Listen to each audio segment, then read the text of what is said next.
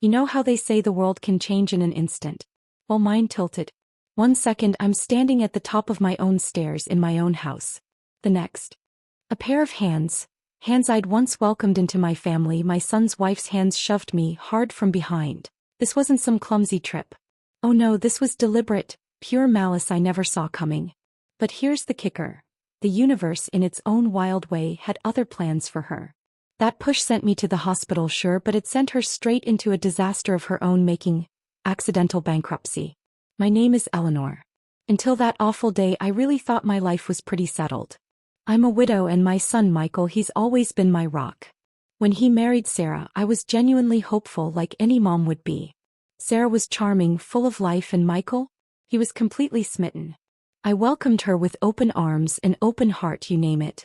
We weren't exactly braiding each other's hair, not like in those perfect family movies, but things were cordial. Or so I believed. Looking back though, there were tiny little hints, weren't there? Not actual whispers, but these almost invisible ripples. A flash of something cold in her eyes if I dared offer an opinion. The way she got a bit too possessive with Michael. A constant craving for a lifestyle that seemed a tad beyond their budget. But I brushed it all off. Normal family growing pains, right? I'm not one for drama. I always preferred to see the good. I realize now how much my optimism, my wanting peace, blinded me to the poison brewing under that polished surface. So, when the betrayal hit, it wasn't just a shock to my body. It shattered the whole world I thought I knew. My own staircase, a place I'd climbed countless times, became the scene of something I couldn't have imagined. It was a Tuesday afternoon. Michael was at work. Sarah popped over, saying something about picking up a paper Michael had left behind. I was at the top of the landing, just coming out of my bedroom. We chatted for a moment, nothing unusual. I turned to go back downstairs and bam! That's when it happened. No argument, no raised voices, zero warning. Just the sudden violent force of her hands on my back, right between my shoulder blades. I was so stunned my brain just couldn't catch up. Then came that awful lurch as gravity took over. My feet weren't on the steps anymore. I remember it like a nightmare slideshow.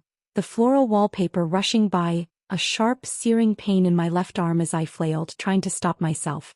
Then the sickening thud as my hip hit the hard wood, and another as my head followed. Each impact felt like it rattled my bones, stole my breath. Lying there at the bottom, a crumpled mess of pain and disbelief, I looked up. And there was Sarah at the top of the stairs. Her face, not shock, not concern, was something chillingly blank. Almost like a flicker of satisfaction. Then, like a mask snapping on, her expression changed to fake horror. She rushed down all, "Oh my goodness, Eleanor. Are you okay? You tripped." But I knew. With a certainty that settled deep in my fractured bones, I knew. I hadn't tripped. He pushed me. The malice in that shove was as clear as the agonizing pain engulfing me. The next few hours? A total blur of paramedics, glaring hospital lights, and Michael's face, first concerned, then terribly confused. I ended up with a broken wrist, a fractured hip, and a concussion. The physical pain was just immense, a constant throbbing ache reminding me of what Sarah did. But honestly, the emotional pain cut way deeper. How could someone I called family, someone I'd shared meals and laughs with, do something like this? Sarah naturally stuck to her story. I'd misstepped, lost my balance. She played the worried daughter-in-law role to AT, hovering around, offering sympathy that felt so fake it made my skin crawl. Michael, poor guy, was caught in the middle. He loved his wife, but he also knew I wasn't the type to make up wild stories or be that clumsy. The doctors, though, they raised an eyebrow at my injuries. The force involved suggested it was more than just a little stumble. In that quiet, sterile hospital room, as the initial shock started to fade, this cold resolve began to set in. This wasn't some accident you just forgive and forget. This was an assault. And Sarah's calm, calculated lies afterwards? Almost as horrifying as the push itself. The betrayal felt like a living thing coiling up in my chest, making it hard to breathe. My family, my small, precious family, felt like it was cracking apart right in front of me. I saw the strain on Michael, the way he'd look from me to Sarah, his forehead creased with a pain that echoed mine, though for different reasons. I could tell the seeds of doubt about Sarah were planted in his mind, but he wasn't ready to face the terrifying idea that his wife could be so cruel. I realized then that getting any kind of justice or even just the truth was going to be a tough climb, fought not just in court, but within the messy, emotional tangle of my own family. Leaving the hospital, feeling battered and bruised but absolutely determined, I knew I couldn't just let this go. This wasn't about revenge, it was about accountability. It was about the truth. It was about making Sarah understand that actions like hers have serious consequences. I called a lawyer, a kind but no-nonsense woman who listened patiently to my whole story. She explained my options: a civil lawsuit for assault and battery. The thought of suing my son's wife made me feel sick. It felt like ripping another hole in our already torn family fabric. But what was the alternative? Live with the lie? Let her think she could physically attack me and get away with it? The decision weighed on me heavily. Michael was deeply torn. He wanted to believe Sarah, but he saw my pain, my absolute certainty. He didn't try to talk me out of taking legal action, but the sadness in his eyes was a constant reminder of the damage this was causing everyone. Sarah, when she got served with the legal papers, was indignant. Outraged even. She tried to paint herself as the victim, wrongly accused by an unstable mother-in-law. Her act was pretty convincing if you didn't know the iciness she was hiding. She hired a shark of a lawyer and the battle lines were drawn. It was a grueling process. Depositions, legal arguments, constantly reliving that awful moment on the stairs. Some days I just wanted to give up, hide away in my quiet house and try to heal. But then I'd remember the feel of her hands on my back, that cold look in her eyes, and my resolve would harden all over again. This wasn't just my fight. It was about the principle that violence like this, especially within a family, just can't be ignored or excused. The lawsuit crawled along painfully slow. Sarah's whole defense was basically denying everything and trying to make me look bad. She painted me as confused, maybe even a bit senile, just someone desperate for attention. It was vile and it stung, but my legal team was ready. They carefully gathered all the evidence. Medical reports, photos of my injuries, even a structural engineer's report on the staircase to show just how much force it would take for me to fall like I did. It was during this discovery phase that the first cracks started to show in Sarah's story. Not about the push itself, but about her character and just how desperate she was becoming. My lawyer, Ms. Albright, a really tenacious woman, had a hunch Sarah might be hiding something. To fight a lawsuit you need money, right?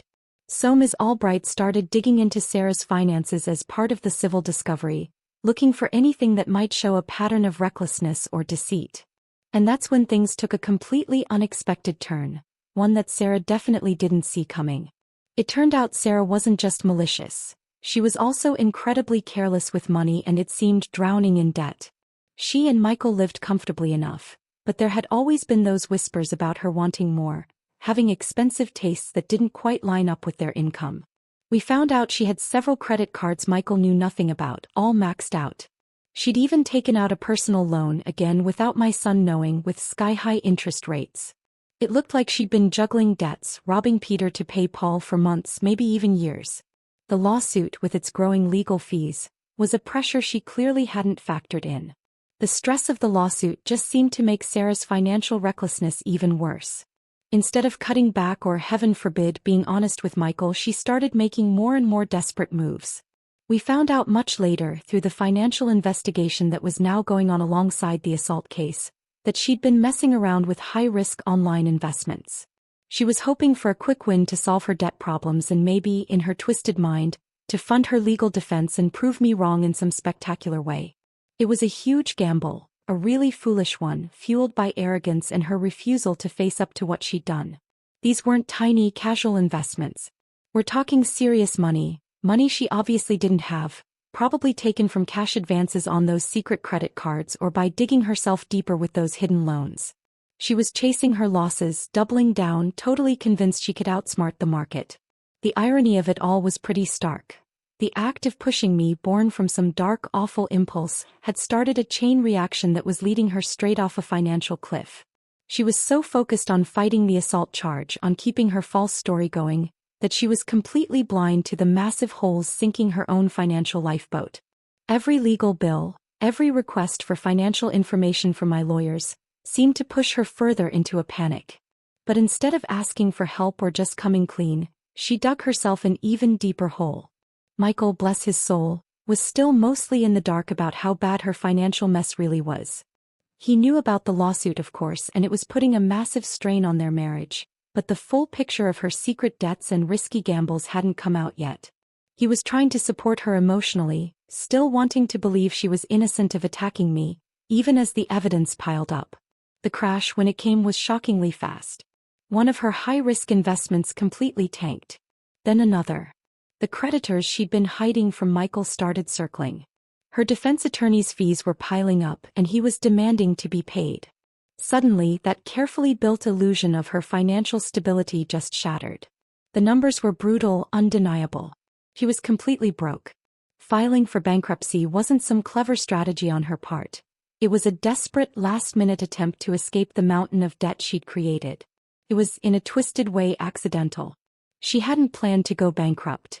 She'd planned to win the lawsuit to shut me up, maybe even to somehow profit or gain control through her awful actions. But her own arrogance, her deceit, and her reckless spending, all supercharged by the stress and cost of the lawsuit that stemmed from her attack on me, led her straight to this. Filing for bankruptcy had immediate effects on my civil case against her.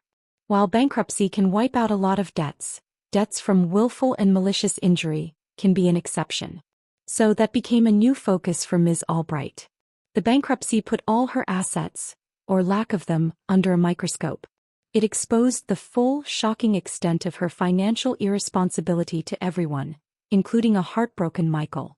The shame of it, the public declaration of her failure, was a consequence she'd never, ever imagined when she laid her hands on me that day. Her attempt to harm me had, through a series of her own terrible choices, ended in her own financial ruin. The bankruptcy proceedings laid Sarah's entire life bare. The hidden debts, the foolish investments, all the lies she'd told Michael. Everything came out. For my son, it was absolutely devastating. He was forced to face the reality that the woman he loved wasn't just capable of violence, but was also a deeply deceitful person who had risked their whole future. Their marriage, already stretched to its breaking point by the assault lawsuit, just crumbled under the weight of these financial bombshells. As for my civil suit, the bankruptcy made things more complicated. We kept pushing the claim that the debt she owed me for my injuries shouldn't be wiped out because of the willful and malicious nature of what she did. In the end, with her finances in ruins and her credibility totally shot, Sarah's legal position was impossible. Her lawyer told her to settle. The settlement itself wasn't some huge financial win for me. She had very little to give given the bankruptcy. But it included something far more valuable, a formal admission of liability. She had to officially state that she was responsible for my injuries. That, for me, was the real victory. It was never about the money. It was about the truth finally coming out and being acknowledged. It wouldn't erase the pain or the betrayal, but it was a validation. Michael, in the middle of all this, filed for divorce. The betrayal was just too deep, the lies too many. He was heartbroken, but also, I think, a bit relieved to be free from such a toxic relationship. He and I started the slow journey of healing our own relationship, a bond that had been seriously tested but, thankfully, hadn't broken. He apologized for not seeing things sooner, for not protecting me, but I told him he was a victim too in his own way. Months have gone by. My physical wounds have mostly healed, though my hip still aches on cold days. A permanent little reminder. The emotional scars, though, they're trickier. Trusting people, especially those who put on a charming front, is much harder now. The feeling of safety in my own home was shattered, and that takes time to rebuild. Sarah, from what I hear, is really struggling. Bankruptcy is a tough lesson. Her life as she knew it is over. There's a quiet sort of satisfaction in knowing that her malice brought about her own downfall, not because of some big revenge plan on my part, but as a direct result of her own terrible character and choices. It really was a shocking twist of fate. Her attempt to push me down the stairs ultimately led her to accidentally push herself into financial ruin. My relationship with Michael is stronger now.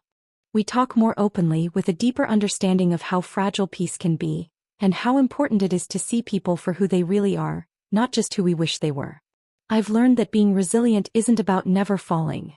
It's about how you pick yourself up, how you piece yourself back together, and how you find the strength to demand truth and accountability. The world might have tilted that day, but I found my balance again. And in a strange way, Sarah's evil plan, which was meant to destroy me, only ended up unraveling her own life. So that was my story, a really painful chapter one never asked to write. What do you think you would have done if you were in my shoes? Have you ever experienced a betrayal that had completely unexpected consequences for the person who wronged you? I'd be really interested to read your thoughts and any similar experiences in the comments below. If this story resonated with you, please give it a like and maybe consider subscribing for more stories about life's crazy, unexpected turns. It's been a long, tough journey. The malice that sent me tumbling down those stairs was meant to break me, to make me smaller. But it didn't. Instead, it uncovered a darkness that, in the end, consumed the person who carried it. Life has a funny way of balancing the scales, sometimes not how we expect, but eventually, it usually finds its way to some kind of justice. My peace is hard-won now, and I guard it fiercely. It's a quiet reminder that I survived a storm I never saw coming, and I came out the other side changed, yes, but definitely not defeated.